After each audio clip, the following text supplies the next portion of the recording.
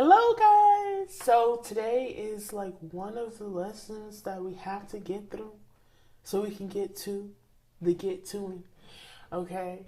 Today we're learning about energy and frequency and where this term comes from, how it relates to spirituality. It's really important. It's one of the rudimentary things. We can't get into chakras. We can't get into aliens. We can't get into conspiracy theories. We can't get into, you know, ancient Kemetic principles if we can't even understand where they're coming from in terms of energy. Because as energy is like a remote control, I'll put it like that. Spirituality and everything you're going to learn has a remote control aspect to it, meaning it's not a lot of direct things you can do. Like, I want to talk to my ancestors, so you're gonna pick up the phone, call your ancestors. You know, or if I want to heal my chakras, you're gonna stick your hands into your body and pull your chakras out and fix them. No, so everything has like a laser beam, indirect wireless connection. There's a wireless connection to everything. But if you can't conceptualize that you are a computer system, you are some technology with a wireless system built in, and there are things relating to everything else will go over your head. Now, some of you guys, you already know this stuff, so you can bypass this video. But if you just want to stick along with the rest of us, this is great. That being said, as wireless technology, we got to understand our technology just a little bit. We got to understand frequency. We have to understand energy. So right now I have my laptop up. I have a desktop here, just the screen, but it's not screen sharing right now. So I will be glancing in this direction a lot. I have all these notes. You know, I'm prepared. Sis is prepared. I've been prepared for months with this. This is actually week 2 module, and I titled it "Get the Physics Out of Here." Scientific approach to understanding metaphysics / spirituality. Sometimes people hear the word frequency and they get a little bugged out about it. They're like, "What? I don't do that. I'm Christian." Yes, you do. You do this, okay?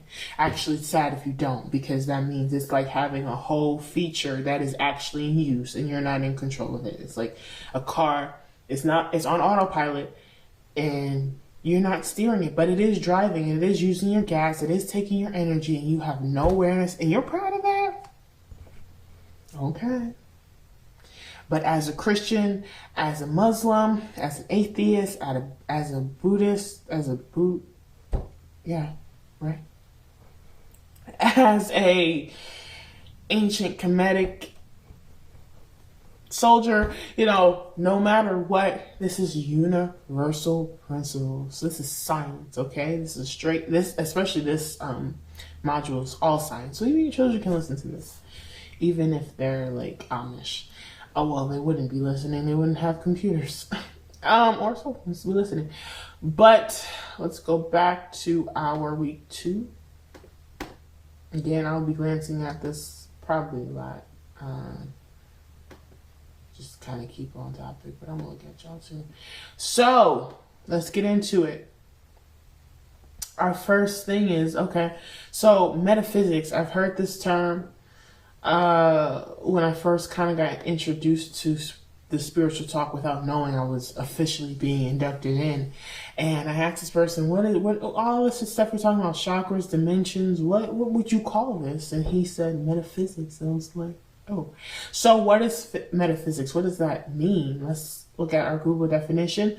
The branch of philosophy that deals with the first principles of things, including abstract concepts such as being, knowing, substance, cause, identity, time, and space. So, sum that up. What do I think of this word metaphysics? I think it's just the foundation of all. The foundation of all. Yeah.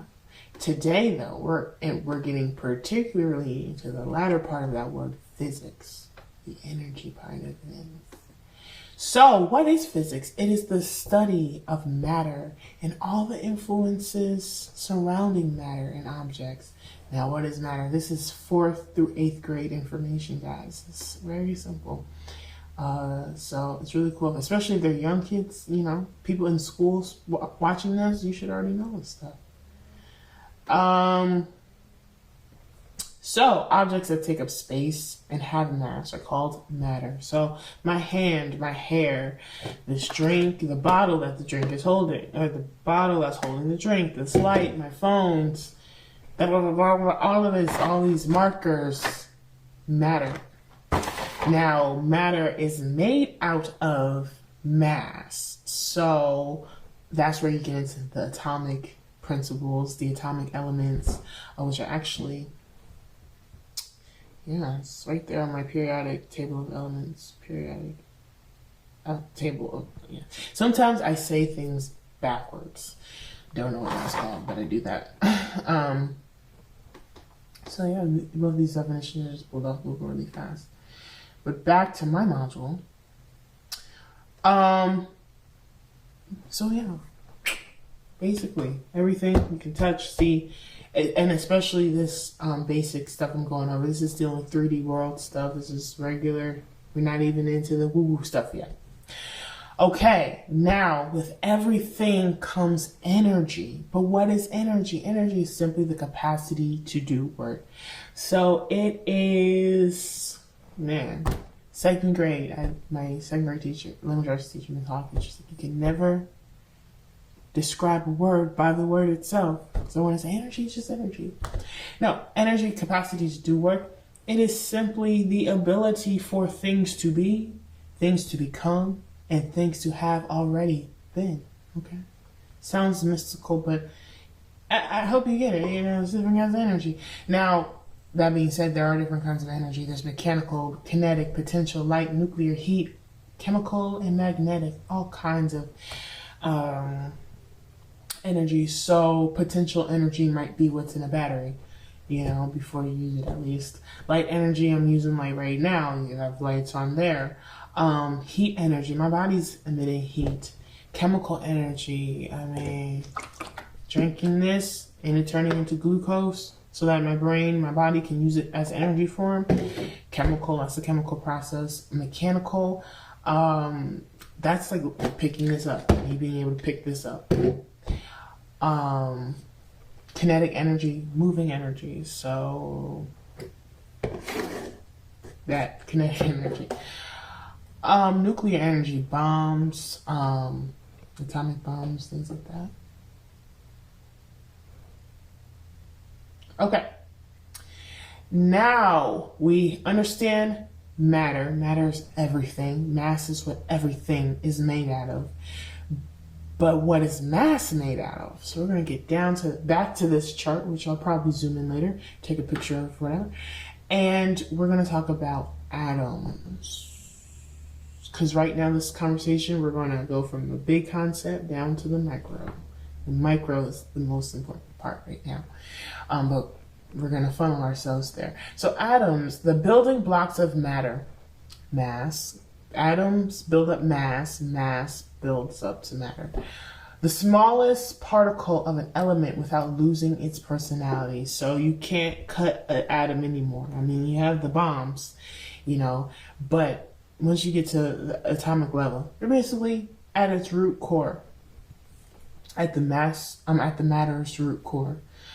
Now atoms. So, dang, you know what?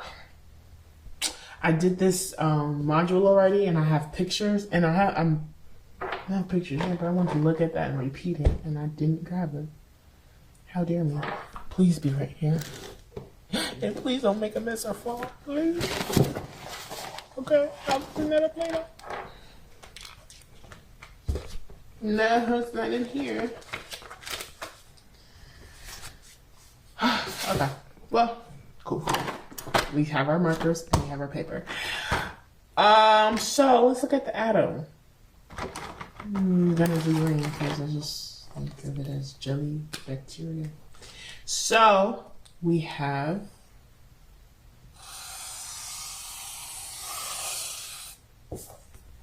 this is the atom. Okay, great. Smallest particle of matter. Before you get to the smallest level, you're at mass. Get it? Matter, mass, atom. Matter, mass, atom. Matter, mass, atom. Okay. Now we're at the atomic level. Now, atoms, they have, like I said, it's the smallest particle without losing its personality. Atoms have personalities, yes, because they have a charge. Okay? This is where frequency starts to come in. Charge is the fundamental movement of electricity. So charge is like that potential energy that turns into mechanical energy, turns into kinetic energy, turns into light energy. Energy is neither created nor destroyed. It's only transmuted and transformed. Therefore, it's really easy for energy to have, go through different forms. Yes. So it is the fundamental movement of electricity. Great. Now, okay, it's a movement. So how does it move? What makes it move, though? What makes its charge? It is its polarity. So if it's it's the polarities within the atom. So you have negative charges inside of an atom, you have positive charges within an atom, and you have neutral charges in an atom. These particular charges have names. So the neutron is neutral. The electron is negative, right? Yep. And protons are the positive charge. So let's draw that out. So we're going to do so we have the negative charge. This is the electron.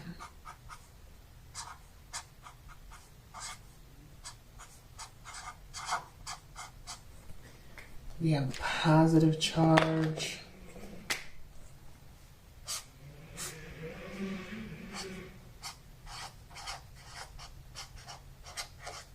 And this is the proton.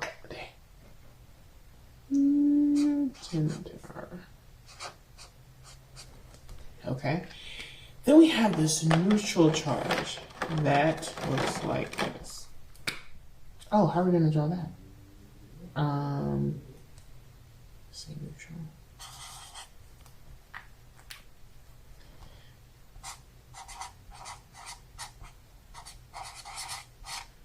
And this is a neutron.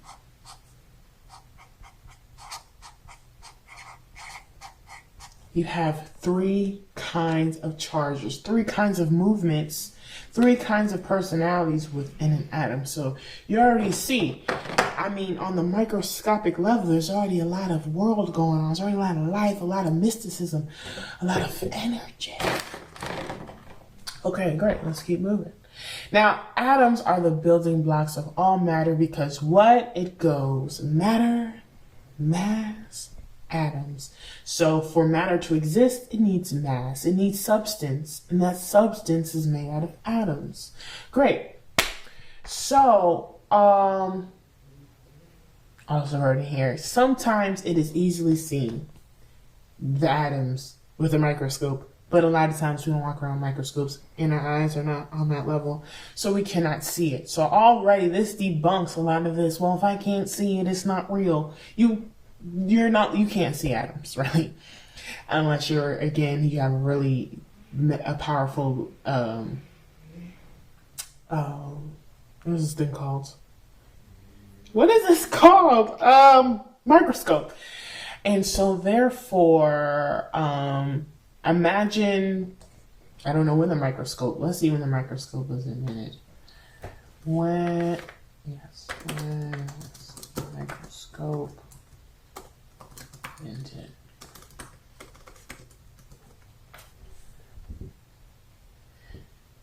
In the 1590s. This is just Google, top page. I'm not doing deep research. But imagine in the 1400s. You think people believed in atoms?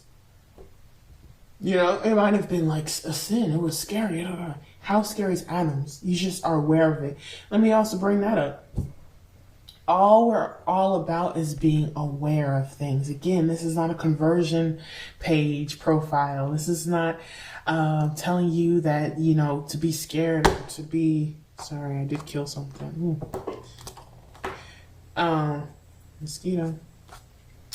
I call mosquitoes my annoying little brothers. This is just awareness, simple awareness, okay? So imagine before the 1590s, people were not aware of atoms. But imagine in the 1590s and, a few decades, a few hundred years into the microscope, still, let's see when the first atom was discovered. When was the first atom discovered? Microscope. Oh, the first atom was in 1897. That is almost 300 years, 3 centuries after the invention of a microscope was the atom discovered. So even with resources, they still didn't know about it. So imagine you're trying to figure out this formula, you're trying to figure out this equation, you're trying to understand this piece of matter, and you're trying to understand its mass, and there's this other element in the mix, and you can't even see it. But you know it's there because there's when you do the math, it's like there's something else influencing this. What is this?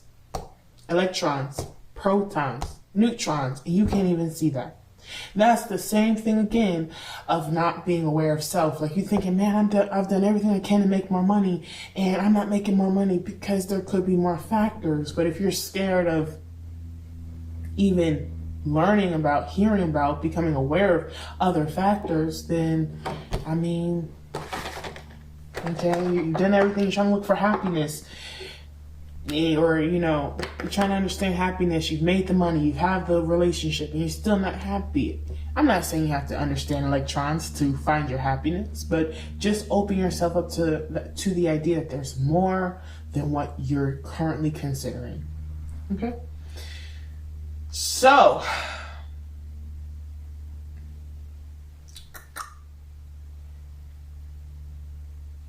okay, what else did I write? I wrote, each atom has a personality that describes the particles within them. Great. So I really should pull up my periodic table, and I'm pulling up right here. Periodic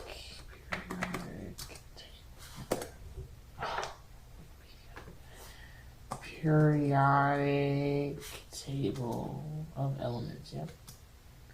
Google. Quick little picture. Actually, when I first learned about the periodic table, I memorized it in a song because I was a nerd.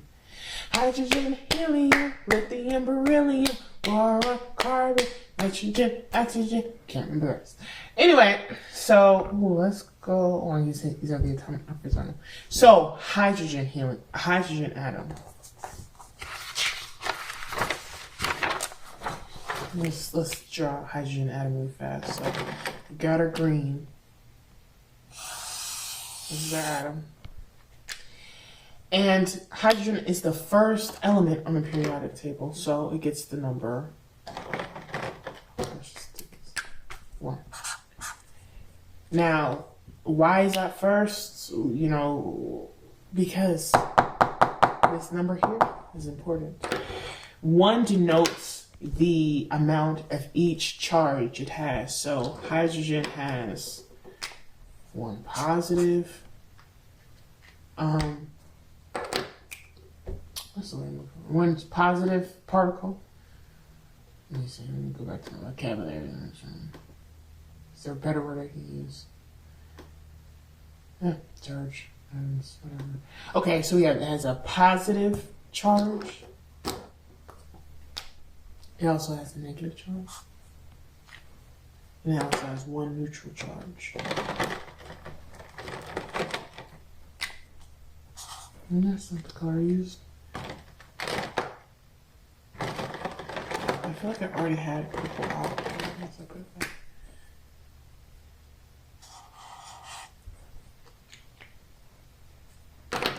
So, hydrogen, for those again with this screen, just in case, we have, for the hydrogen atom, 1 electron, 1 proton, and 1 neutron. You see? So,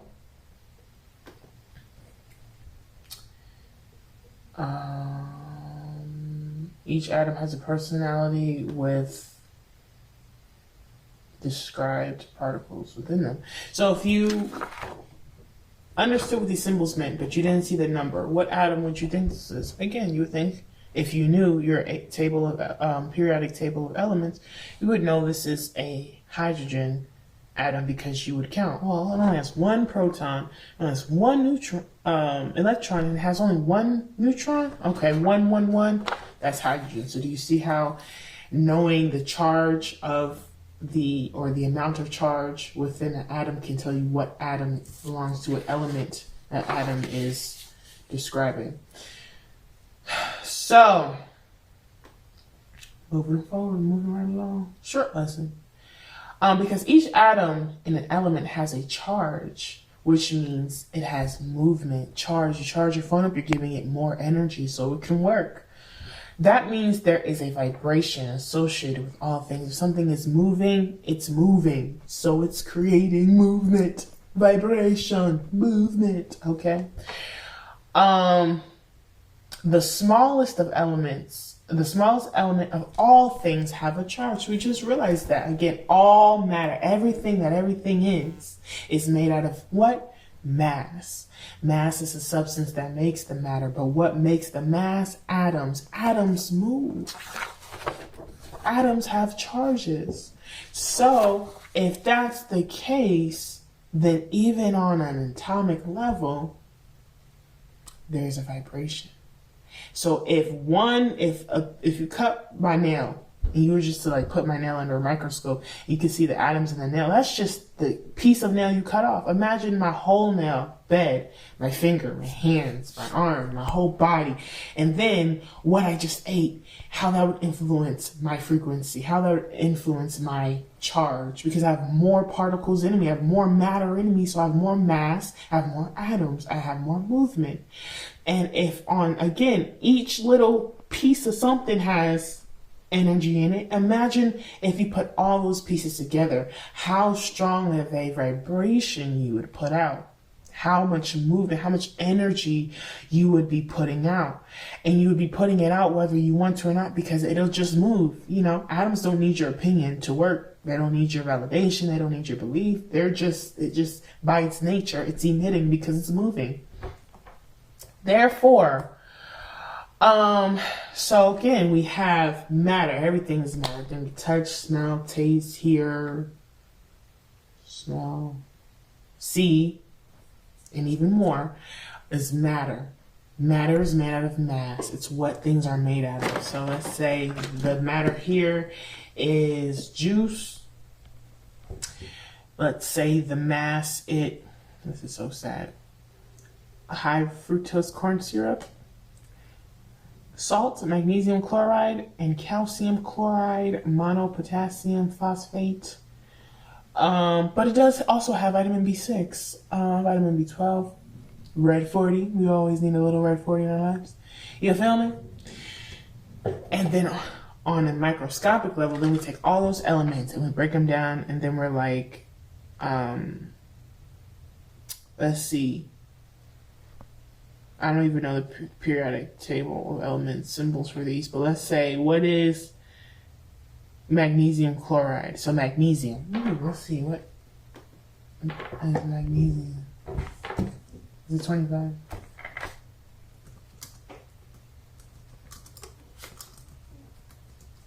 I know it's one. It has to be in the period. I know it is. What? Yeah, Mg. Let's look back on here. 12. Okay, so just the magnesium chloride in here has the atomic number of 12, which is the element of magnesium. I want to see it though with my eyes. Okay, there. And then chloride, so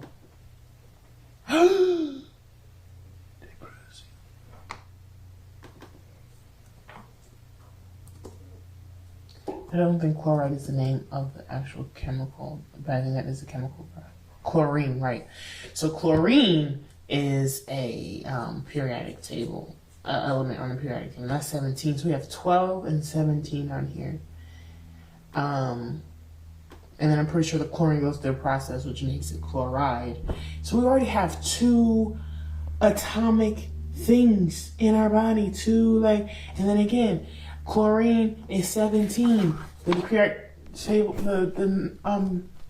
17, it's 17 on the periodic table of elements. So that means it has 17 electrons, 17 protons, 17 neutrons.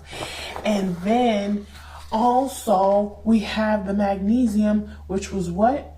It was 12. So then we have 12 electrons, 12 protons, and 12 neutrons. Let's add these up just for fun. What's 12 plus 17? That's 29. You already have 29 protons. I already have 29 protons, 29 electrons, 29 neutrons. And that's just in one chemical in this drink. And there's like a ton of them in here. Plus whatever the chemicals emitted from the bottle that seep into the juice.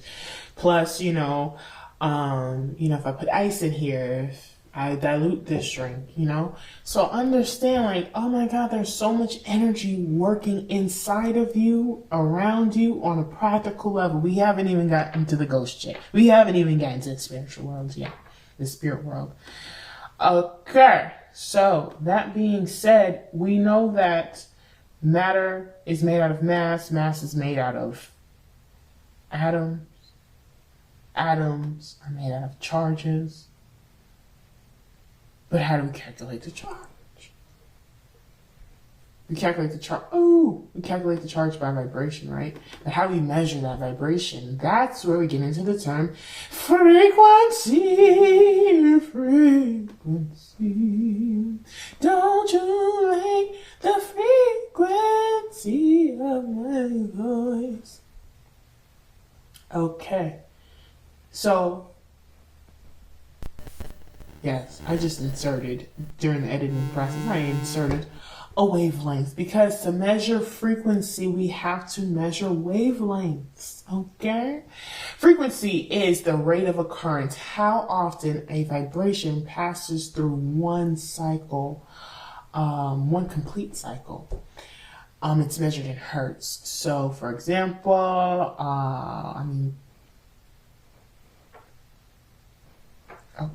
Okay. So, yes, frequency is the rate of occurrence. So how often, if you are running and you only take one step, how can you determine how fast you really are going?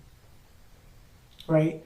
But if you run a complete step, and then you do it over and over and over, then we can build a pattern and we can determine frequency, right? So, but you have to complete the running. You can't just be like, no, you have to go through a complete cycle. Then we can see, okay, how fast their legs move, how fast they move their upper torso as they run. You can measure all of these things. You can determine the speed of a runner.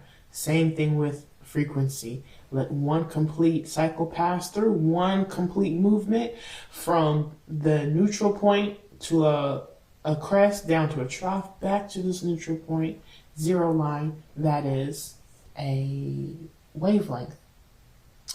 One wavelength. A wavelength determines how many times a vibration passes through a single cycle of a crest and trough. Crest is the high point of a wavelength. Trough is the low point of a wavelength. How strong these hills and valleys, crests and troughs are from the zero line of vibration is called amplitude. So, we're going to draw the page. Let's just get more paper. I thought I did. Yay. You did come prepared. So, if we have, let's make this the zero line. Let's make this the wavelength, one cycle.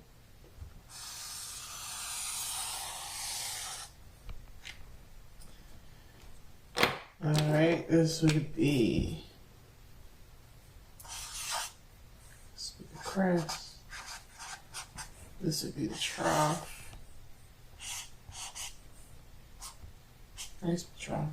T. Okay. Oh my god, I missed one more. Okay. So I just said I did.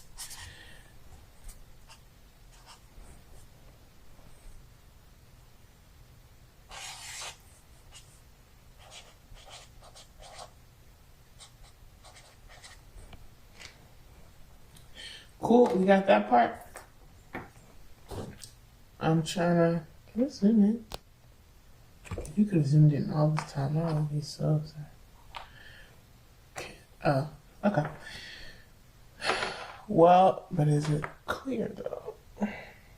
Guys, I have 2 cameras running. I'm trying to get this together. We're gonna get more professional with this as we go along. But y'all work with me. So then the space between the 0 line and the highest point of the wavelength is amplitude. Same thing as amp.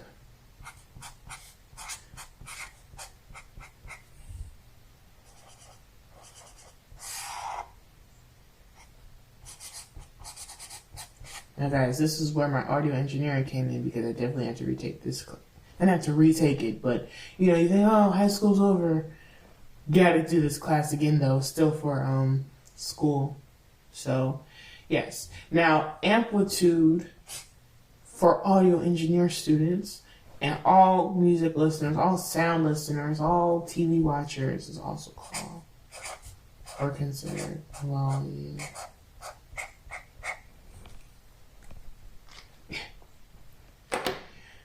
Great. Get it?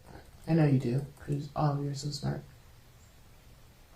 Now, how fast this wave moves not only determines its frequency, that is my mini fridge that is doing that, making the lights kind of flicker out sometimes. How fast this wave moves not only determines its frequency, but also what state of matter it is in. Ooh, I am so concise with this. I love my research, my preparation. So, okay, great. We know that matter is made out of mass. Mass is made out of atoms. Atoms have a charge. These charges, depending on how much of a charge is, and then will tell us the actual element of the atom. Atom is just pronoun. The actual name of the atom may be hydrogen, helium, lithium, beryllium. Those are the proper names of atoms, certain elements. Okay. So yes, because of the charge, we can know what element it is. But how fast these particles actually move can tell us what state of matter they're in. Is it a solid? Is it a liquid? Is it a gas? Is it plasma? What is it?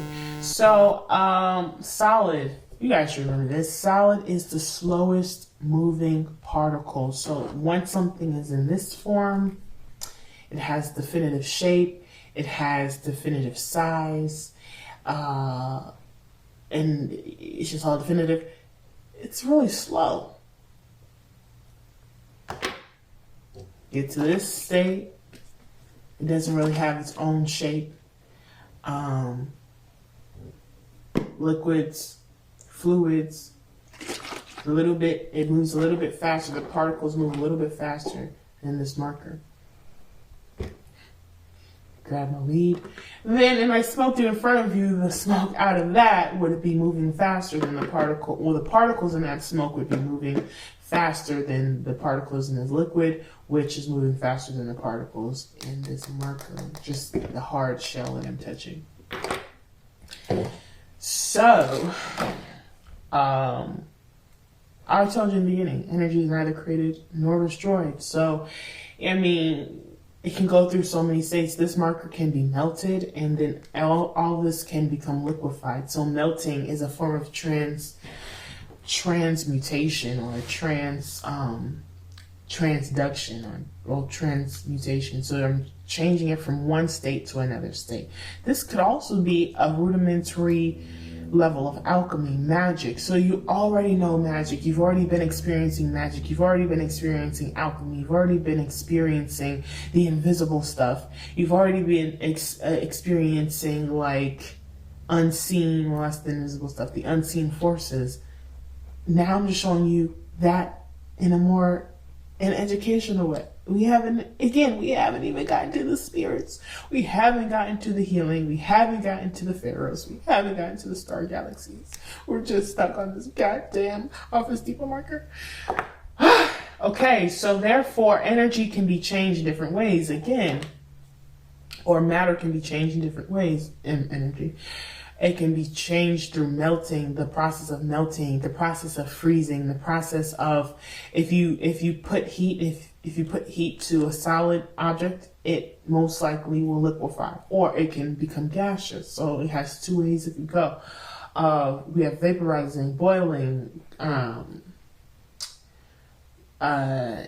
deposition or deposition, sublimation, condensation. So everything's always changing. I mean, we're already going through these processes. So what if now we wouldn't use these same names like freezing and melting to describe energy healing for our bodies, our mindsets, our hearts, our intestines, or our other energy bodies. But you already see there's if it's here, where else can this be applied, right?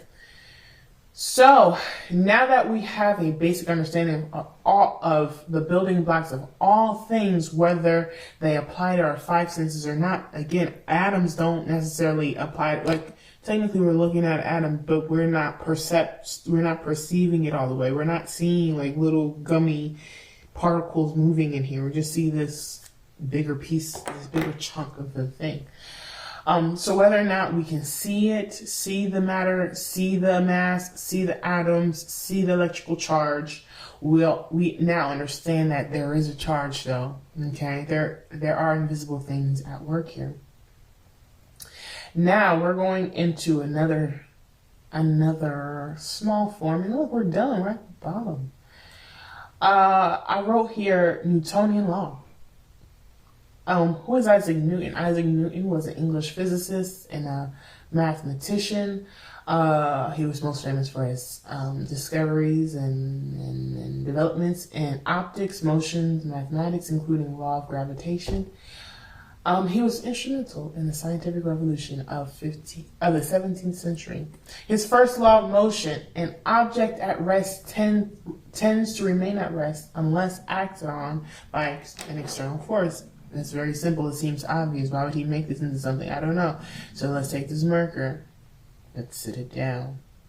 Let's leave it there. As long as nothing else pushes it, moves it, anything, it'll stay right there forever, never, never, never. What? Unless you do something about it, it will stay there forever and ever? An object in motion tends to remain in motion unless acted on, again, by an external force. So, oops, it hit an external force, this tripod, so it stopped it. But if there was nothing stopping it, would keep going. So if my energy was flowing, and if my energy's not flowing, if energy's stuck or trapped somewhere, there must be something else in its way. Okay. This is Isaac Newton. Yeah, I don't believe it when it comes from Africa, so let's go to Europe then. This is called inertia. These principles are called inertia. Object in motion tends to remain in motion unless acted on by an external force. An object at rest tends to remain at rest unless acted on by and what? External force. Second law of motion: the greater the size of an object, the greater amount of force it is needed to move it. Simple, that makes sense, logical. I'm a big girl. I'm over 6 feet. Like some may say I am 6 feet. My little niece can't pick me up. Now I can pick my little niece up because I'm bigger than her, okay? So the more something weighs, then an even greater force is necessary, needed for it to be moved or affected.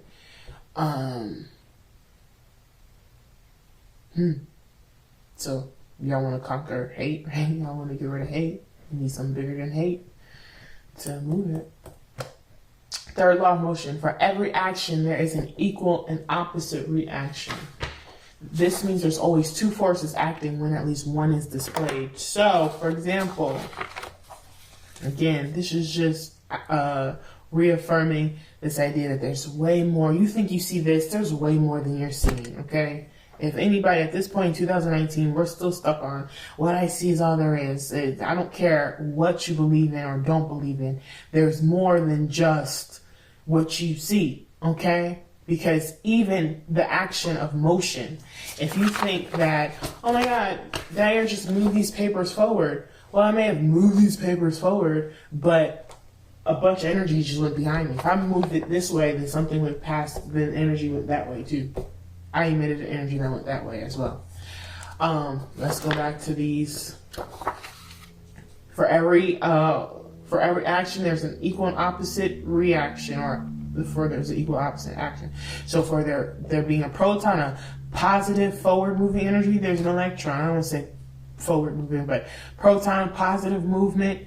So there has to be an electron, negative movement. There's at least two. Neutron is neutral, so let's not even say that's something. There's always two of something. Duality, law of correspondence, reciprocity, yin and yang, karma, this idea of karma, this idea of heaven and hell, this idea of good and bad, this idea of pain and pleasure. Like, you literally scientifically proven, you kind of can't have one without the other. Okay? And again, this is all you can learn between 4th grade and 8th grade in your public education school system. So that is it with this lesson. Do you understand? So for moving forward, when we talk about frequency, and there's still more to learn about frequency, and we'll get more into that. But just to give you the basic understanding where the term frequency comes from, we don't just use this term because it sounds cool and it sounds smart, but because it's actual, factual. Guys, I really enjoyed this lesson. I hope you guys got it. Again, we have matter. Everything is matter. This table, this desk I'm sitting at, me, my eyeballs, your hands, you touching the phone, matter. Even the electricity in your phone. It's made out of what? Mass. It has substance. It's ingredients. There's flavor in everything. But what makes the flavor? The even smaller seasonings, called atoms. Now, atoms is just like saying, give me some seasoning, but you don't want to put like chicken seasoning on eggs, right? So you have to be specific about the actual tiny ingredients we're putting in there. So if we're specific about those atoms, we're talking about particular elements. Again, I have the periodic table of elements. You can play with that, check those out, and see what elements are in the food you eat, see what elements are in the products you use, and see, oh my God, I have this element inside of me. And then once you find out what element is in the drink you're drinking, then see where else is that element found. Maybe something that's found in this drink is also found in rat poison. I don't know, but that may be a fun little research thing to do so you can be more aware of your frequency, because the next lesson about frequency is understanding how it corresponds and relates to other sources of frequency. So how does this marker interact with my hand? How does this light interact with these cameras? Now, I'm not going to get scientific like that and breaking down how the lens in the camera picks up the light photons, but we're going to understand this idea of like attracting like. So this will basically lead us into manifestation, understanding the law of attraction and manifestation, and how we are the cause and effect of everything we experience. Where am I wrong at so far? Where am I wrong at? We just went through this, everything, a lot of the stuff came from Google. A lot of stuff came from just remembering from school. So unless the whole school system is and we just can't listen to nobody. But I really enjoyed this, guys. My name is Dyer. Follow me on Instagram if you're not already doing that. I want to hear you guys. I want to make sure to add details and research in there to answer questions, because there could be some, teenagers up on here, and there can be some grown adults, and you guys may have questions or a deeper understanding of things. So leaving comments is super important. Following, keeping up with all of this so it's concise. I'm doing us all a favor by trying to do this methodologically and so order digestible pieces, because sometimes, I'm just saying for me, and entering the spirituality and then going to YouTube, it's like things are all over the place. Where do I start? What you're telling me about? I need to heal the chakra. I don't even know what chakra. What? So I don't know what energy is. So that's the blessing for us, is that we're starting one by one. So follow Instagram, YouTube, larger videos. Whatever's on Instagram is also, there's a corresponding video on YouTube. So Instagram is a great way to kind of get a sample of what the YouTube video will be about. And the YouTube video is great for seeing the whole discussion. And it is a discussion. Again, add your comments. Tell me what you think about this. Tell me my delivery style. I'm just starting out, like, teaching formally, so I'm really excited. And yes, this is the Aspire Network. Thank you so much.